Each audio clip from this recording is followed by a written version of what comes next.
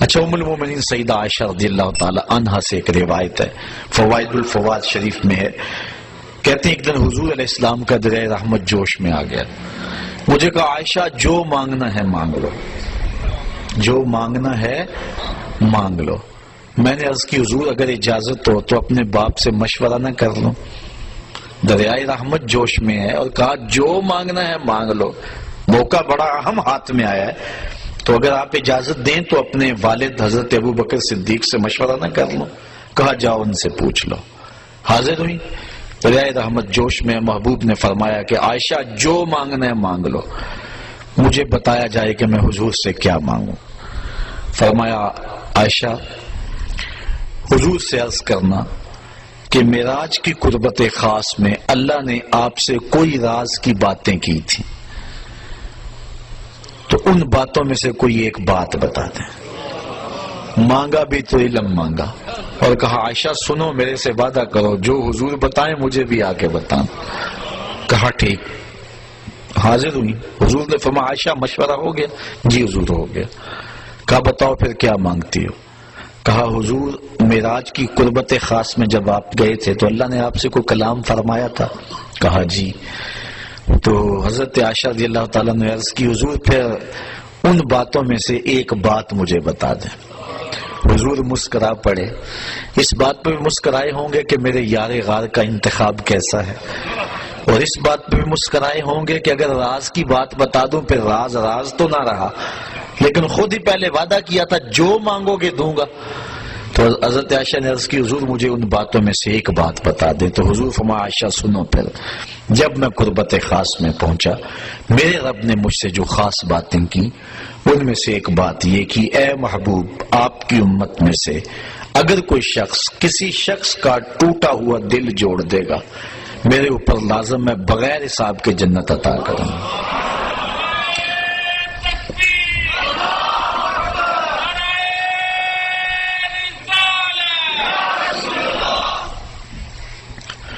اللہ تعالیٰ پر ویسے کوئی شے لازم نہیں ہے، کوئی شے اللہ پہ فرض نہیں ہے، یہ ہمارے قائد کی کتاب میں لکھا ہے، شرح قائد میں، شرح مقاصد میں، خیالی سب کتابوں میں لکھا ہے کہ اللہ پر کوئی شے لازم نہیں ہے، کوئی فرض نہیں اللہ پر، لیکن آج خود اپنے اوپر کوئی شے لازم کر لے تو یہ اس کا کرم ہے۔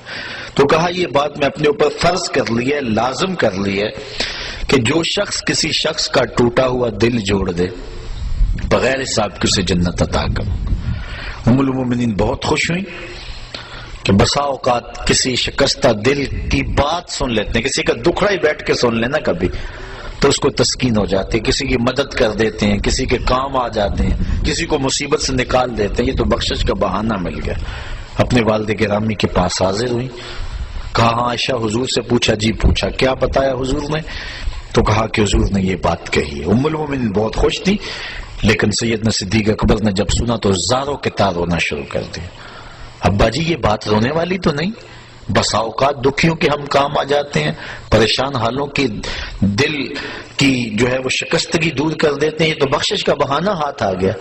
کہا عائشہ اسے معکوس بھی پڑھو، تصویر کا دوسرا رخ بھی دیکھو، اگر کوئی کسی کا ٹوٹا ہوا دل جوڑ دے بغیر حساب کے جنت میں جائے گا، اور اگر کوئی کسی کا دل توڑ بیٹھے تو پھر تو سیدھا جہنم میں جائے گا۔ اس لیے میں ڈرتا ہوں کہ ہم سے کسی کا دل نہ ٹوٹ گیا۔ آج کے معراج النبی کے موضوع پہ ہونے والے اس اجتماع سے یہ درس لے کر گھروں میں پلٹنا، ہو سکے تو کسی کا دل جوڑ دینا، لیکن کسی کے دل کی شکستگی کا سامان نہ بننا۔ میرے اور آپ کے آقا و مولا نے تو یہاں تک احتیاط فرمائی، فرمایا اپنے گوشت کی خوشبو سے ہمسائے کو تکلیف نہ دو، یا تو تھوڑا سا پانی زیادہ ڈال لو اور شوربے کی پیالی غریب ہمسائے کے گھر بھی بھیج دو، اور اگر یہ نہیں کر سکتے تو ایسے زاویے اور ایسے وقت میں کھانا پکاؤ جب ہمسائے کے بچے سو چکے ہوں۔ چونکہ بچے اٹھ کے ضد کر بیٹھے اور ماں باپ سے انہوں نے مطالبہ کر لیا، غریب ماں باپ استطاعت نہیں رکھتے، تو بتاؤ ان بچوں کے دکھ کا علاج کس کے پاس ہوگا؟ وہ کیا کسی نے کہا نا، دوپہر کو سلا دیتی ہے بچوں کو وہ اس ڈر سے گلی میں پھر کھلونے بیچنے والا نہ آ جائے۔ لیکن ہم نے ان لوگوں کے درد کو کبھی سمجھا؟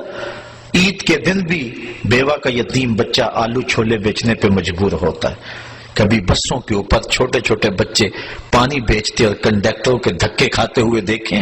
یہ بچوں کے سکول جانے کا زمانہ ہے، لیکن ہمارا معاشرہ بے درد ہو چکا ہے. تو ہمیں کسی کا دل نہ توڑنا، کسی کے دل کی شکستگی کا سامان نہ بنا. جوڑ سکتے ہو تو کسی کا دل جوڑ دینا، کسی کی شکستگی کو دور کر سکتے ہو تو یہ ایک بہت بڑی نیکی ہے، اور یہ بندے کو کہاں کی کہاں پہنچا دیتی ہے. میرے اور آپ کے آقا و مولا کی مجلس لگی ہوئی تھی. ایک شخص سے کونے سے اٹھا، عرض کی حضور میرا بچہ گم ہے اور مل نہیں رہا، دعا کریں مل جائے.